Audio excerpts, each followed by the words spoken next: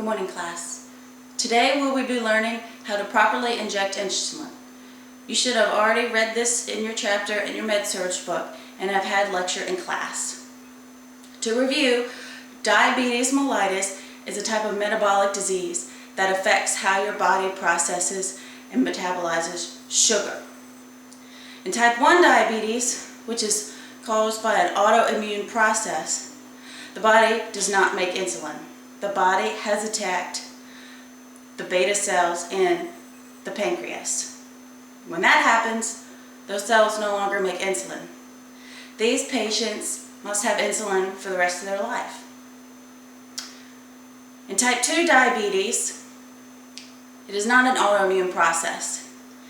It is usually caused from obesity, sedentary lifestyle, diet, and genetics play a part. Some of these patients may just need oral medications. Some may need oral medications as well as insulin. The body, in this case, makes some insulin, but the body may not make enough insulin, or the body may have insulin resistance. We manage the two diseases, which is the same disease, somewhat differently as far as the way the body is working with the disease.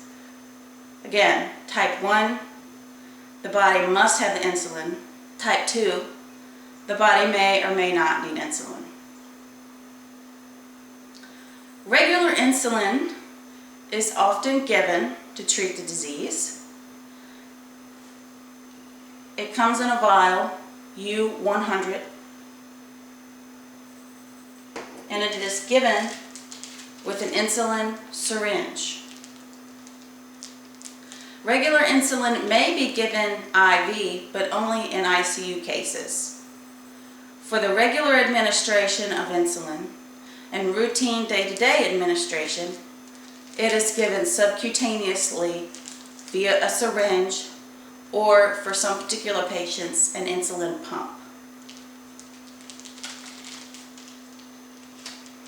Today we will learn how to properly draw up and administer insulin into simulated subcutaneous tissue around the abdomen. We will be giving 3 units of insulin per the MD order. What we will need: PPE, in this case just gloves, alcohol, our insulin, our patient simulated fat, our adipose tissue, our syringe.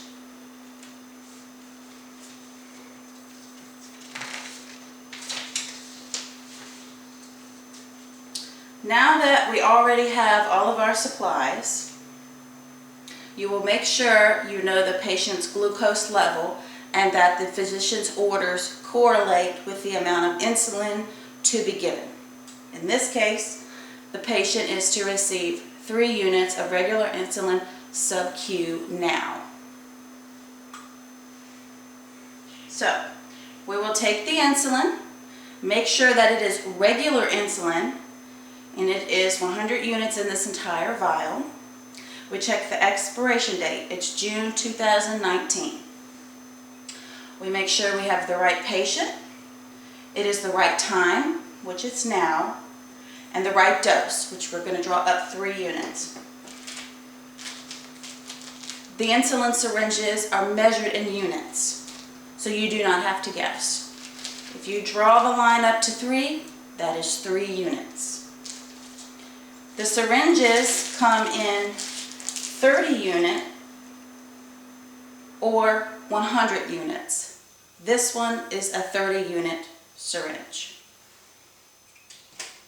Before we begin, you would go into the room, introduce yourself to the patient, explain the plan and the actions you're about to take. Perform hand hygiene. Then we don our gloves.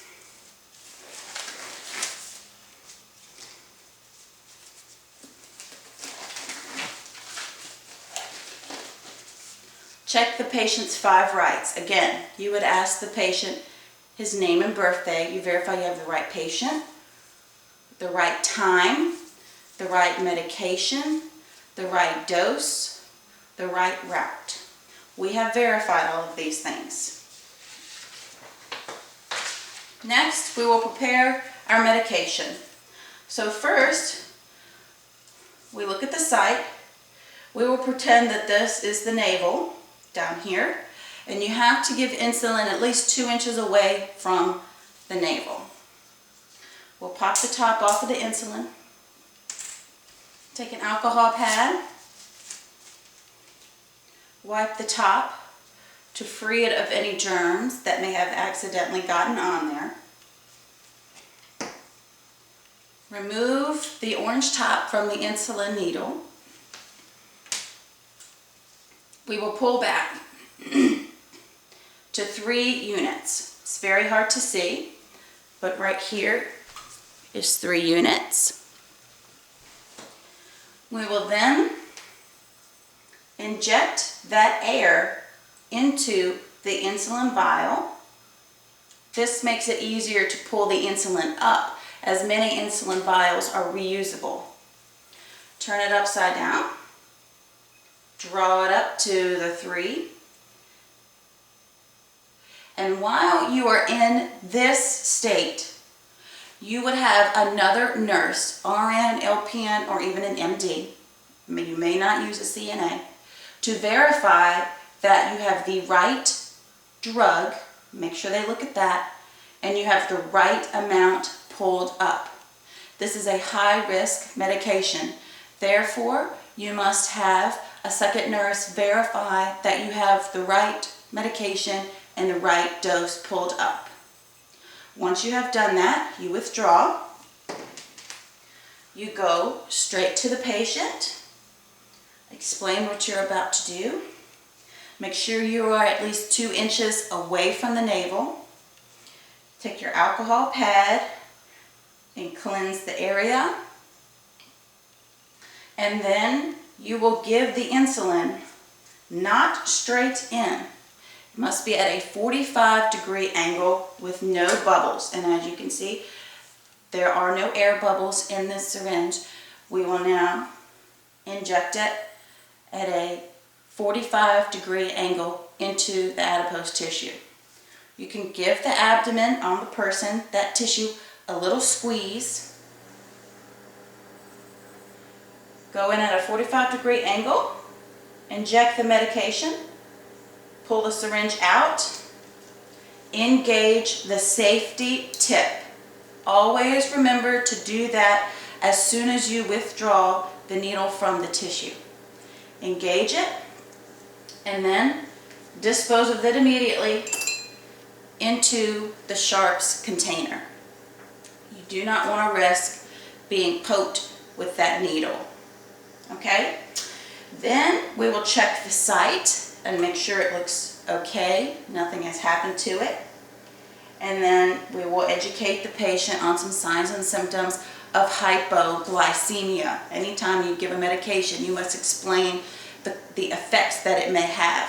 In this case, if he were to experience hypoglycemia, he would need to look out for signs for nausea, dizziness, diaphoresis, hunger, shaking, or some patients may experience more vague symptoms.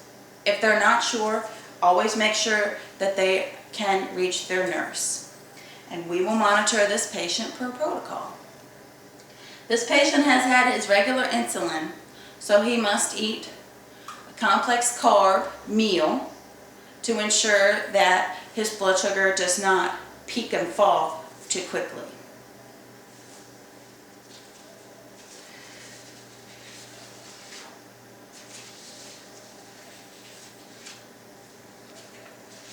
Everyone should have completed this pre-simulation quiz on diabetes.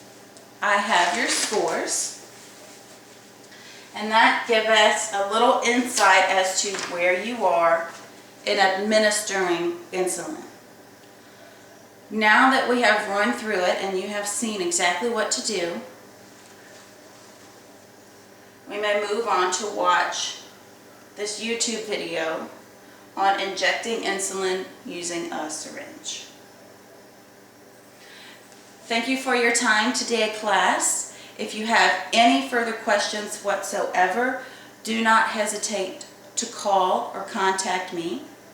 I will be in my office and we can run through this scenario again, or we can watch the video together. Any way that you may need help, you just let me know. Thank you.